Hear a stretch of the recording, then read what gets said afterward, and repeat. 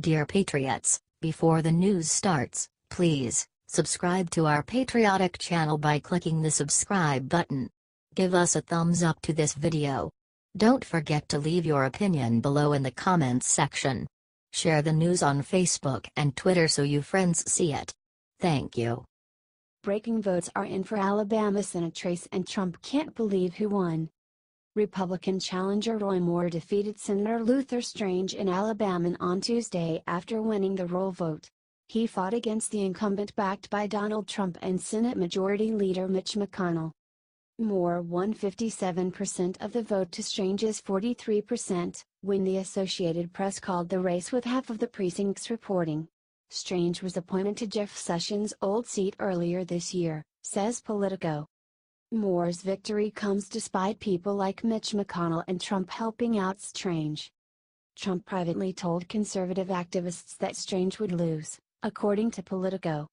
While we were honored to have fought hard for Big Luther, Judge Roy Moore won this nomination fair and square and he has our support, as it is vital that we keep this seat in Republican hands, Senate Leadership Fund President Stephen Law said in a statement. Share this everywhere if you are ready for another Republican in the Senate and let's welcome Judge Moore on board the Trump train. Thanks for reading.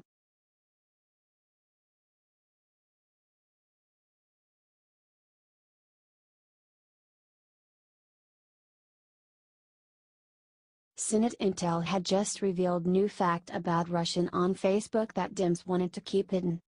For several weeks now the media has been clamoring on and on about the $100,000 spent by Russians on Facebook ads during the election. To them, it was proof that President Trump colluded with the Russians.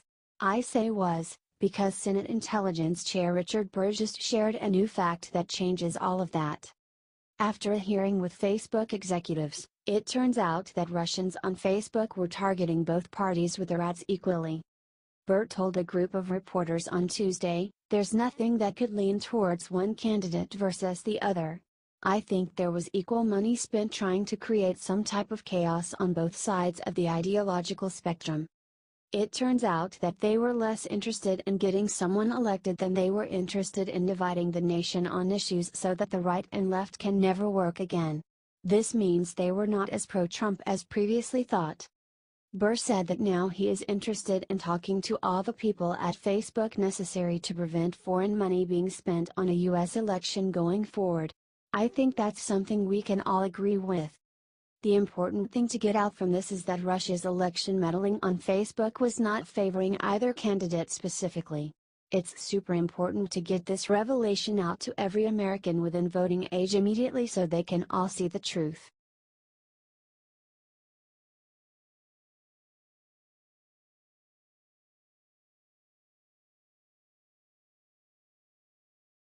The president just revealed the border wall he has been building in secret. Back during the campaign, the president promised the American people that he would build a wall between the U.S.-Mexico border. Since then, the leftist media has been on a relentless assault saying he would not go through with it. There is just one problem. Trump is busy building the wall right now. In fact, today was the first day of construction of several new prototype walls in San Diego. Each prototype will be 30 feet high by 30 feet long, with some using concrete and others trying other materials. The Customs and Border Protection Agency will then be combing through the prototypes and deciding which, if any, will become the new border wall between Mexico and the United States. They said they may even pick several and combine them to inform future design standards for the wall itself. Clearly, this is proof positive that Donald Trump has managed to keep his promise to build a border wall between the U.S. and Mexico, one way or another. The media wants everyone on the right to believe he lied about his intentions so his supporters turn on him. The proof is right here, so let's share it out and let the world see what a great American wall looks like.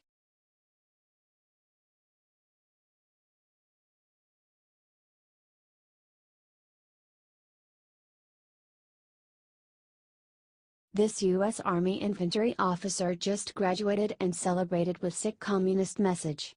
The following photo has been flying across social media the past couple of days. It'll make you sick. It shows U.S. Army infantry officer and West Point graduate Spencer Rapone was making rounds on Monday because of his uniform. In the past week, we have seen a rash of NFL protests. It's sad that it has led to this. The West Point graduate and infantry officer tweeted out the following picture with the horrid caption, #VeteransForGayPernick. This is not a good display from an officer. Law News verified the photograph with Rapone. He is currently in the field until Friday. He wasn't able to respond to many detailed questions. Rapone made a political statement in uniform and under his contract with the DoD-which states that his actions are a punishable offense under the USMJ. It's so hard to believe this is real, but it is. This tweet really makes it known. This guy wants to be famous. That's obvious. I'm going to turn it over to my friend Jeff Martin below. This needs to get out very quickly. It is not good that avowed communists are infiltrating our military. Share this immediately so that Trump can see it ASAP.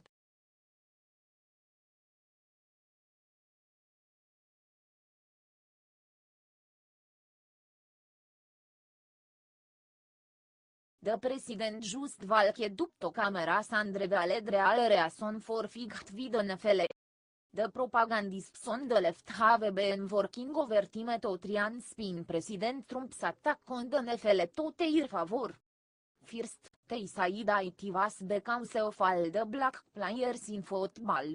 Of course, most Americans are not dumb enough to believe it, so they moved on. Then today, they claimed he was so preoccupied with football that he was ignoring the country. Wrong. That's when the president decided de nou is enough.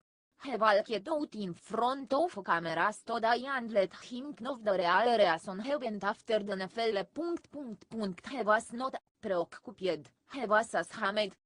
The president told the crowd of reporters, "I don't think you can disrespect our country, our flag, our national anthem. To me, the NFL situation is a very important situation. I've heard that before about was he preoccupied, not at all, not at all. I have plenty of time on my hands. I'll do his work. And to be honest with you, that's an important part of working, it is called respect of our country. If anything, I would hope all those presidents would be willing to defend our flag and the real American heroes the way Trump just did.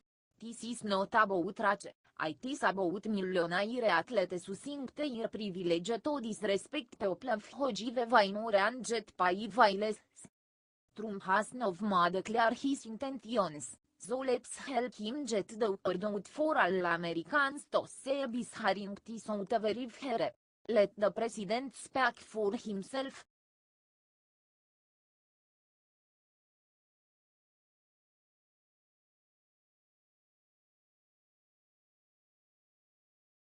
Moments after Dems lied about Trump and Puerto Rico, Trump called the press and revealed the truth himself.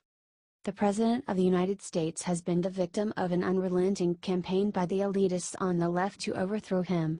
If it wasn't clear before, their new hit job about him and Puerto Rico is guaranteed proof. For the last 2 days, the Dems have tried and labeled Puerto Rico as Trump's Katrina. They say he is ignoring all the natural disasters because of his NFL tweets, which is dumb logic. Well, today the president shut them all up with one genius move. He called the press into the Roosevelt Room this afternoon and said he is going to personally visit Puerto Rico on Tuesday. Of course, we all know the Dems are gonna try and take credit for this. Lord knows they always do. The problem is, Trump has been planning this trip ever since Hurricane Maria made landfall in Puerto Rico. The president also exposed another major Democrat lie, that he has not been providing proper material and military support for Puerto Rico. Trump told the room of reporters, all available federal resources, including the military, are being marshaled to save lives. However, he also was very straightforward about the difficulty of helping Puerto Rico. He said their island geography has made recovery efforts much more difficult than for Texas or Florida, which are both on the mainland United States. Actually, federal assistance in Puerto Rico has already been going on even despite the protest by the left. Carmanuel and Cruz, the mayor of San Juan, went on CNN to sing the praises of Trump and the great job of FEMA in the recovery efforts. Clearly, the left is working around the clock and try and label this as Trump's Katrina because they fear the truth. The truth is that Trump has been phenomenal at dealing with every major challenge he has faced since becoming president, and they are afraid people may start to notice. Let's make that fear a reality by sharing this everywhere and letting the president's work speak for itself.